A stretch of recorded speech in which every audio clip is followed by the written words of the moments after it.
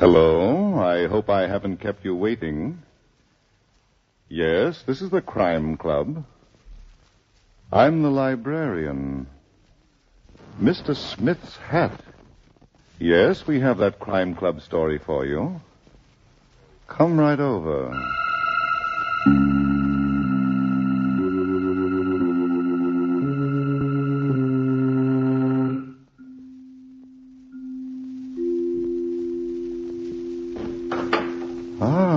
You're here. Good. Take the easy chair by the window. Comfortable? The book is on this shelf. Here it is. Mr. Smith's Hat by Helen Riley. A very intriguing story of a finger that puts its print on death. Let's look at it under the reading lamp. It was a bad day for New York City, the worst in a 3-week period of early summer heat. And Inspector Christopher McKee was in his office at the Center Street Police Headquarters when the telephone rang. Yes, Inspector McKee talking, homicide. Yes, I was just going to talk to you about that. What? Homicide. How'd you like to meet a freshly made corpse? Go ahead, mister. Well, go to 1142 West 16th Street, Gilbert Shannon's apartment. Mm-hmm. I'm not there now, but don't worry. You'll find me waiting for you. What's your name? Gilbert Shannon. Well, I'll be of all the days to be hung up by a lunatic. Yes, Inspector McKee. Cassidy, get the local precinct for West 16th Street. I want them to check on a nut. Yes, sir. Hold a minute. Inspector McKee, homicide. Inspector, my father's been killed. Murdered. Mm-hmm. All right, lady, give me the facts. Name, please. Gilbert Shannon, 1142 West 16th Street. What's that? 1142 West 16th Street. I just found him lying on the floor in a pool of blood. Your name, please. Julie, will you please send someone over here right away, please? Please? Yes. Cassidy. Yes, Inspector. Never mind calling the local precinct. Get the medical examiner and order my car. I'm going up to that place myself.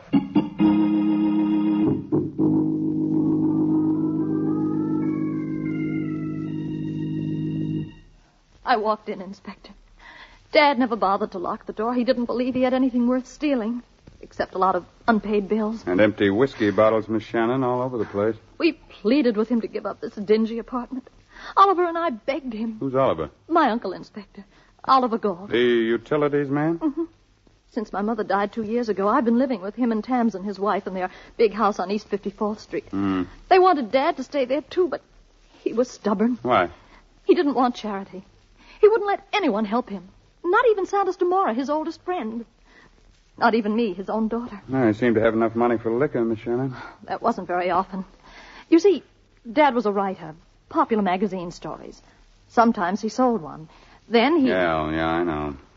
Must have been pretty tough on you and your mother. Well, let's see what happened here.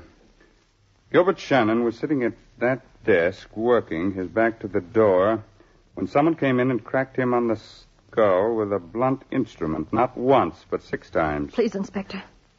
I'm sorry. It was a vicious crime done by a vicious person. Someone who feared or hated your father.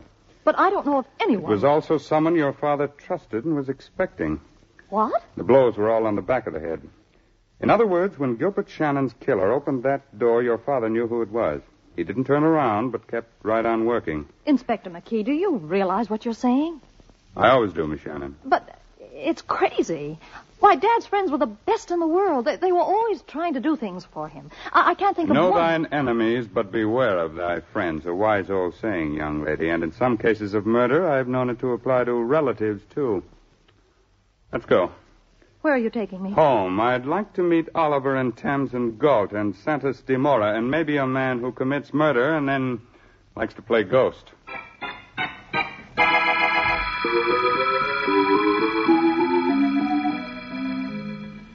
Julie, I think you ought to go upstairs and lie down. I don't feel like it, Tamsin. But she is so right, Julie, my dear. It is no good for you to hear all this talk about murder. Please, Santos. Like Gilbert, she is so obstinate. Inspector McKee, you haven't answered my question. Your question, Mr. Galt? About the newspapers. I'm sorry, I wasn't listening. What do you want me to do? Keep this matter private. Why? My position, of course. I'm vice president of Eastern Utilities. I don't want a scandal. Oh, what are you afraid of? Gilbert Shannon was my brother-in-law. He was married to my sister. You haven't answered my question, Mr. Gold. I don't want his private life made public. It wasn't clean. Oliver. Well, Julie, let's face it. We've been ashamed of him for a long time, long before your mother died. Now, why should I be punished for his mistakes? He never did anything to hurt you. He wouldn't even take your pity. Now, there, Julie. Oliver didn't mean what he said. Well, Inspector? I make no promises. As an old-time citizen, I think it's bad business to interfere with the press. But my reputation... We'll worry about that later. Where were you this afternoon? At my office. Every minute? Until 12:15. Then I had lunch, and after that... Now, look here, Inspector... After lunch, Mr. Galt? I went for a walk. A long walk? I was back at my office at 2:15. Mm-hmm. Shannon was killed between 12:30 and 2. Inspector McKee, if you're intimating that How about you, Mrs. Galt? Where were you? On Fifth Avenue, shopping. Buy anything? No. Meet anyone? No. Inspector, I thought you said the murderer was a man. Oh, did I? Never take a policeman literally, Miss Shannon, until he waves a pair of handcuffs. Now, Mr. DeMora. I was in Central Park all afternoon. For work, it was too hot. The weather. You meet anyone? Only the pigeons and the squirrels, Inspector. Yes, and they can't talk. Senor, it is quite useless to make up a case about us. Not one person in this room had a reason or a wish to dispose of Gilbert. You will prove nothing to the contrary. Nice going. Certainly stick together. I hope you don't have to hang together. Hello. One moment, please. For you, Inspector. Oh, thank you. Yes? Yes, Cassidy. Where?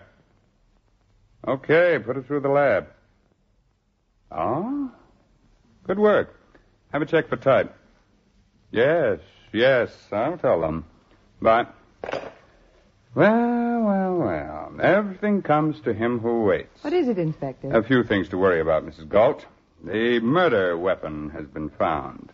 Would one of you like to guess? I'm sick of this, Inspector. You have no right to make us all feel like... All right.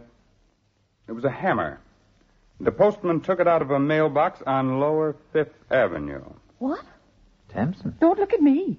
I didn't go below 50th Street. But it is quite ridiculous. If one desired to conceal or dispose of a weapon... Haste makes many mistakes. Now, Miss Shannon. Are you going to wave the handcuffs, Inspector? When you entered your father's apartment, did you go out again before I arrived? No. Well, somebody did. There was a fresh smear of lipstick on the inside doorknob. Should make a wonderful fingerprint. Huh? No comments? All right. Miss Shannon, the district attorney has released your father's body for burial. You can make the arrangements. Thank you. It's so awfully kind of you. I'll be in touch with all of you. And don't try to leave town unless you're so hot you'd like to spend some time in the cooler.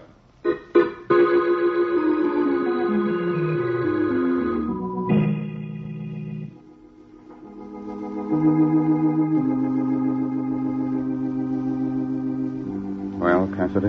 The funeral services should be starting any minute, sir. Are they all here? They are, Inspector, they are. In that first pew, Mr. Santos DeMora with Mr. Oliver Galt sitting next to him. Then it's Mrs. Galt and Julie Shannon. Notice anything? It's heathen they are, Inspector McKee. The way they're rushing that poor fellow's body off the face of the earth. Yes, I thought of that. And him not dead more than a few hours. It ain't decent. That's what comes of having daylight saving time. If the time was normal now... Cassidy, who's that fellow sitting over there in the last pew with his hat on? Who, sir? Him. Another heathen. To be wearing a hat in the Lord's house. A hat that's so loud, it's loud enough for the racetrack and shabby enough for a funeral of its own. I told him to take it off. Wait a minute. He seems to be sobbing. Why, so he does. And all the time I've been taking him from an old, no-good vagrant. Inspector, do you think he might be... Right. Getting out. He's coming this way. And sure I'll be the devil's own witness. He ain't sobbing. He's laughing. And in a church. And at a funeral, too. Now, see here, you handle him, Cassidy. What's the idea? Damon and Pythias, the spider on the fly. Who is less noble than man? You tell me. Nothing and no one. In the beginning there were serpents and vermin, and today they walk like men. Excuse me, I have an appointment with a nightmare. Oh, it's crazy with the heat the poor fellow is. You should have let him go, Inspector. He might be dangerous. Get after him, Cassidy. Oh, sure. Keep a tail on him. I want to know who he is and where he lives. But we could have asked him, sir, when he was sitting That's here. not all I want to know, Your Honor. Now get going and report to me at my office. I'll be there all evening.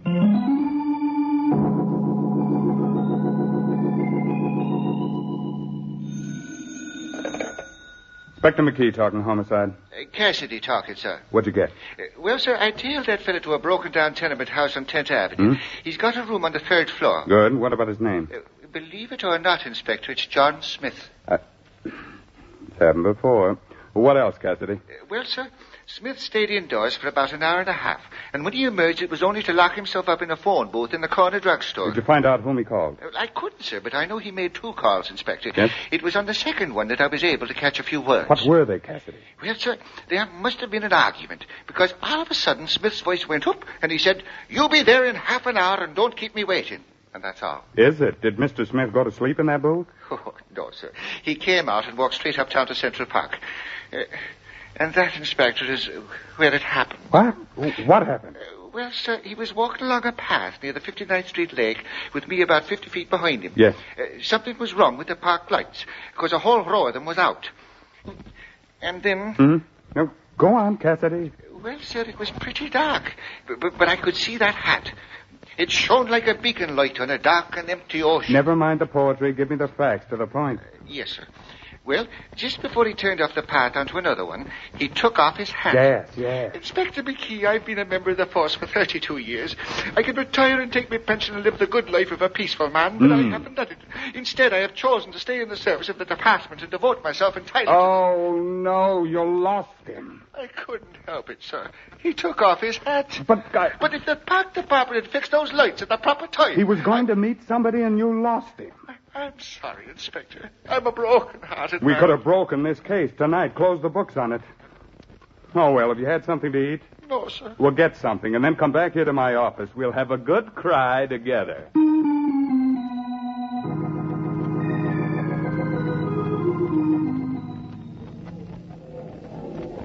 Hello, Thompson. Oh, Santos, what are you doing here? I came in for a lonely drink. I saw you sitting at this table. I am delighted. Oliver took Julie and me home after the funeral, and then he went out to keep an appointment. Julie went to bed. I am glad they deserted you, Thompson, darling. It gives me an opportunity. Santos, please. But I am only holding your hand. Is it forbidden? Yes. We never know who might be looking. Well, let them look. Do I care? Well, I do. Thompson. Stop making a fool of yourself and leave me alone. It has not always been like this. It is now. I'm not ready to lose, Oliver. Lose? You do not lose something you do not want. That's how I feel about you, Santos. I do not like to hear such talk. Yesterday it was different. You could not stand to live with Oliver. I've changed my mind. And if you were a good sport... No, I am not a good sport when there is no good reason. Why didn't you tell me that you haven't got a penny to your name? Is it important? Well, shouldn't it be? Would you have me divorce Oliver for a marriage without money? At your age? I see. You would rather be with a man you do not love. He isn't impossible, Santos. A fish. With gold fins. When did you find this out about me? Last night at dinner. Oliver mentioned that your business was on the rocks and that you were going into bankruptcy. And immediately love flew out the window. I like my daily bread. Tammy, and butter. You cannot do this to me when I have lost everything. It's unbearable. Oh, stop it, Casanova. Don't you know when you're licked? Julie. Why, Santos, I'm surprised at you. The lady wants to be with her husband, and you keep... What are you doing in this place, Julie? I thought you were home in bed. Did my father know about you, too? Gilbert? Don't answer that. I think he did. And he was killed for knowing too much. Am I right, Tamsin? You're completely out of your mind. You were afraid that Dad might tell Oliver about you and Santos. That would have cost you a good home plus a lot of money. Julie, you are not making sense. Tamsin could not kill Stop him. being so loyal, Romeo. She just tore the balcony down. I'm going home. A good place for you, Tamsin. Maybe you can find the hammer that used to be in that second-floor closet. What? I looked for it tonight. It wasn't there. You might ask one of the servants about that. Shall I ask one of the servants about my lipstick, too? Look here, Julie. I've had enough of your nasty little insinuations.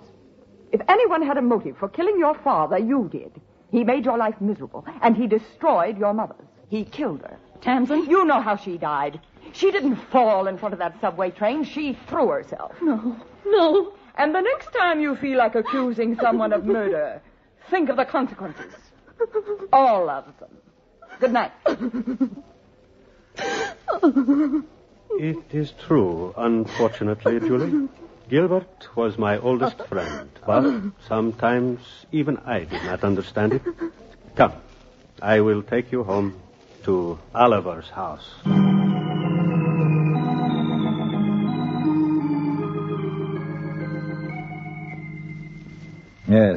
Yes, 2 reservations on the midnight plane. Splendid. Mrs. Galton, I'll pick them up at 11:45. Thank you. Really? Tamsin, I didn't hear you come in. Where are we going on such short notice? Mexico. Why? The newspapers have got hold of Gilbert's case. By tomorrow morning, all the filth in that man's life will become public gossip, and I don't want to face it. Of course. But why must we go tonight? Because I decided. Now let's pack. We've very little time. I can't go, Oliver. What? Now look here, Tamsin. Now, please listen to me. I can't leave Julie. She needs me. Oh, she'll get along. You don't know how she carried on tonight after you went out. It wouldn't be fair to desert her at a time like this. But I... Oh, well, all right. I'll phone the airport for another reservation. No, Oliver. Julie needs time to organize herself. She's had a terrible shock. Why don't you go alone? And we'll join you in a few days. Well... You won't have to face the publicity, and I'll have a chance to help Julie. Yes, very well. I can wait for you at the Continental Hotel in Mexico City, and from there we can go on to... That's a good idea, Tamsin. Will you phone the airport and cancel your reservation while I go upstairs and pack? Of course, darling.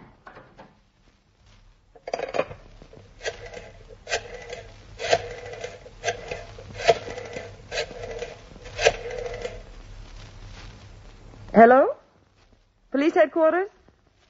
Inspector McKee, please. Inspector McKee?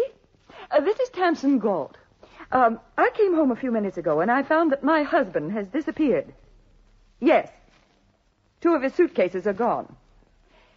Well, I phoned the airport, and I was told that he'd made a reservation on the midnight plane for him and me. Well, I don't know why he included me, but...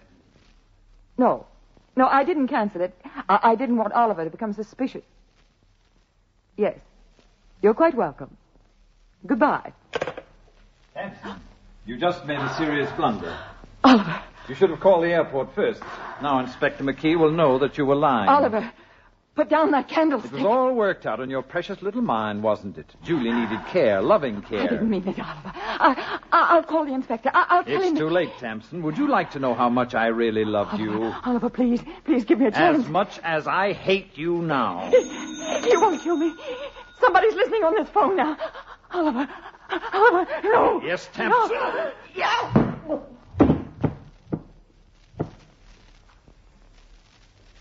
Hello? Hello?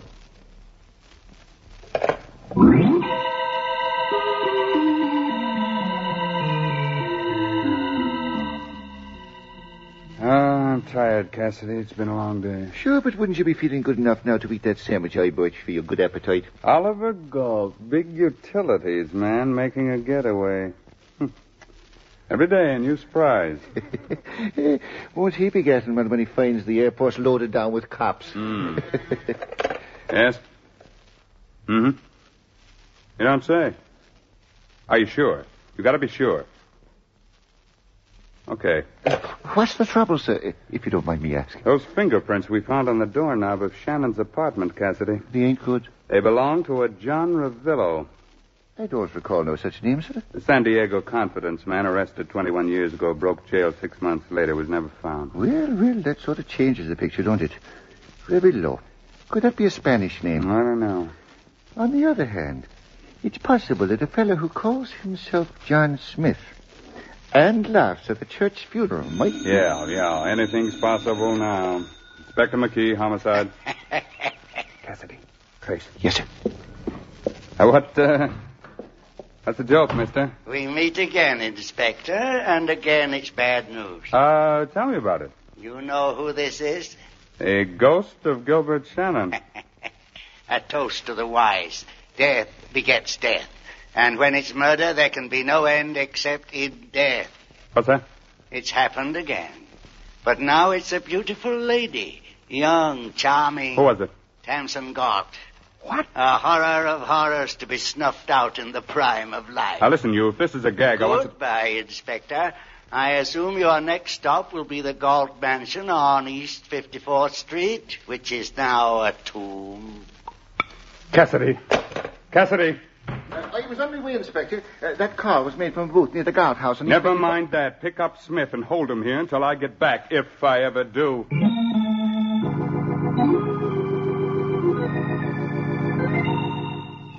Let's keep talking, Miss Shannon. I've got work to do. Well, I didn't know what had happened until you came to the house, Inspector McKee.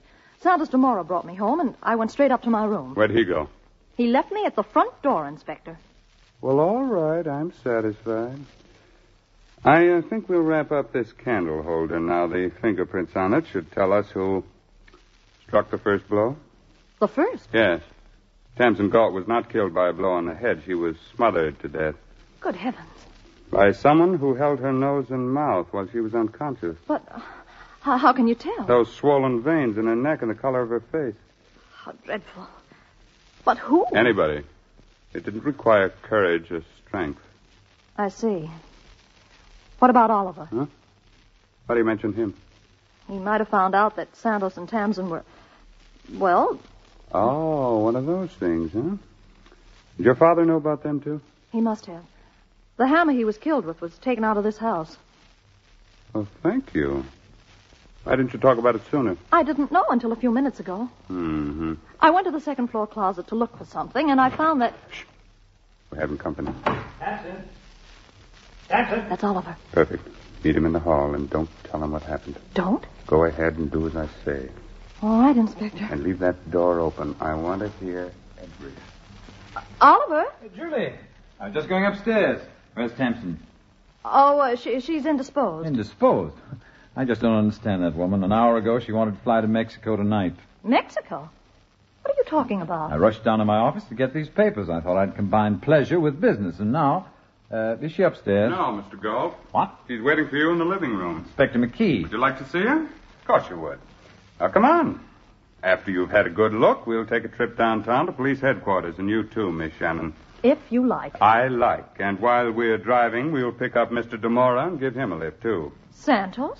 But why? Your alibi, Miss Shannon. And to you, Mr. Galt, a mathematical problem. The outside angle of a triangle.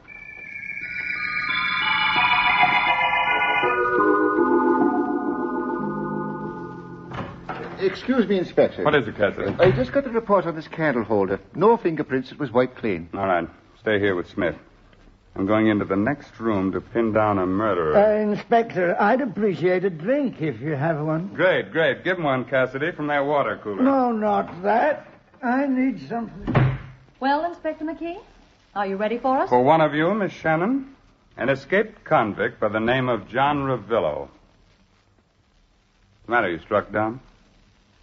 What about it, Mr. Demora? Would you like to enlighten me? I have never heard of the gentleman. How about you, Mr. Galt? I don't know him. I don't recall ever having met him. Well, then, suppose I give you people an assist. Here's an ink pad. We'll take some fingerprints. Who'll be the first volunteer? You, Mr. Galt? Well? All right. I'm John Ravillo. Oliver. But I didn't commit murder. You yourself told me that Tamsin was smothered. But you made it possible by cracking her skull. I had no choice. We quarreled. She flew into a temper and picked up a knife. You can do better than that. But first, what about Gilbert Shannon? I thought he was blackmailing me. He was the only one who knew my real identity. I went to his apartment this afternoon for a showdown. Mm-hmm. I couldn't tell you that because Gilbert was already dead when I found him. I was afraid. My criminal record, you know. I know. But I also know that Shannon was not blackmailing you. What? Just a minute. Smith, come in here. When the law beckons. And put your hat on. Spoken like an old friend. That's the man. I paid him the money. Paid? You paid me? It's all right, Smith. You can relax. But I told you, Inspector, I was the bait the spider used to lure the fly. And when I saw them today in church, sitting side by side like Damon and Pythias, Inspector McKee. Huh? What is it, Mr. DeMora? Could I have a glass of water, please? Sure. But first, give me what you have in your hand. You have no right to... We'll talk about that some other time. Huh. Pills, huh? Poison. Sit down, Mr. DeMora. It's your turn to talk now about a double murder, and no double talk, if you know what I mean.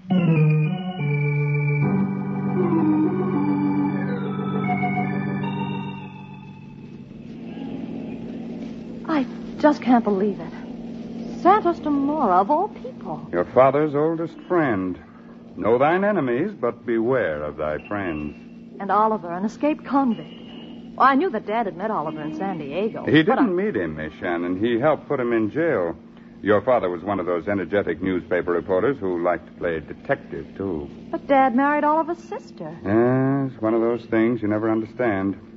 Got the whole story from Smith. He was Gilbert Shannon's editor. Then he knew. Yes, but liquor and hard luck put a cloud on his mind. So when he met Oliver Galt after 20 years, he didn't recognize him as John Ravillo. And he collected the blackmail money and turned it over to Santos Dumora. For a whiskey pittance. Smith had to have whiskey. Inspector, how did Santos find out about Oliver? DeMora told me he got it from your father during a moment of whiskey weakness. But why did he kill him? For protection. Your father was the only one who knew Oliver's past. But DeMora was blackmailing him. But why did he kill Tamsin? Oh, to frame you, my dear, for both murders.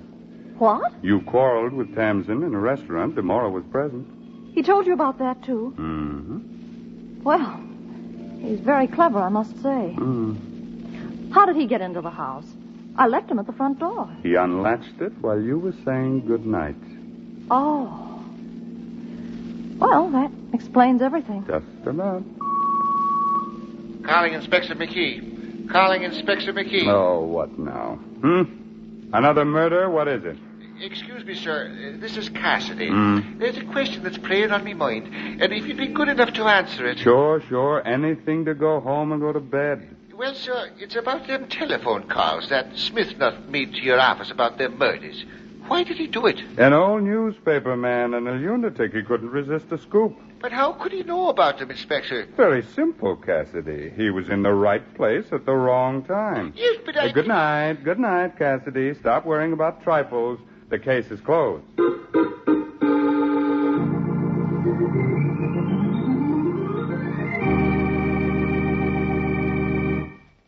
And so closes tonight's Crime Club book, Mr. Smith's Hat, based on a story by Helen Riley. Stedman Coles did the radio adaptation. Roger Bauer produced and directed. Inspector McKee was played by Raymond Edward Johnson, and Julie by Elaine Kent. The cast included William Podmore, Eleanor Phelps, Paul Hammond, Sherling Oliver, and Barry Thompson. Oh, I beg your pardon. Hello? I hope I haven't kept you waiting. Yes, this is the Crime Club. I'm the librarian. Yes, come over a week from tonight. Good. We have a very unusual story of a charity ball at which the principal gift was death. It's called Murder Goes Astray by M.V. Heberden. In the meantime, there is a new Crime Club book available this week and every week at bookstores everywhere. Yes, it's available now. Fine. And we look for you next week. And by the way, the next time you sit down to enjoy a good show, think of the 1.5 million men who are trying to win the peace throughout the world.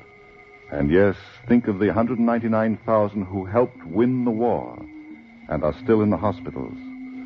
They like a good show, too. So keep them going with good USO entertainment.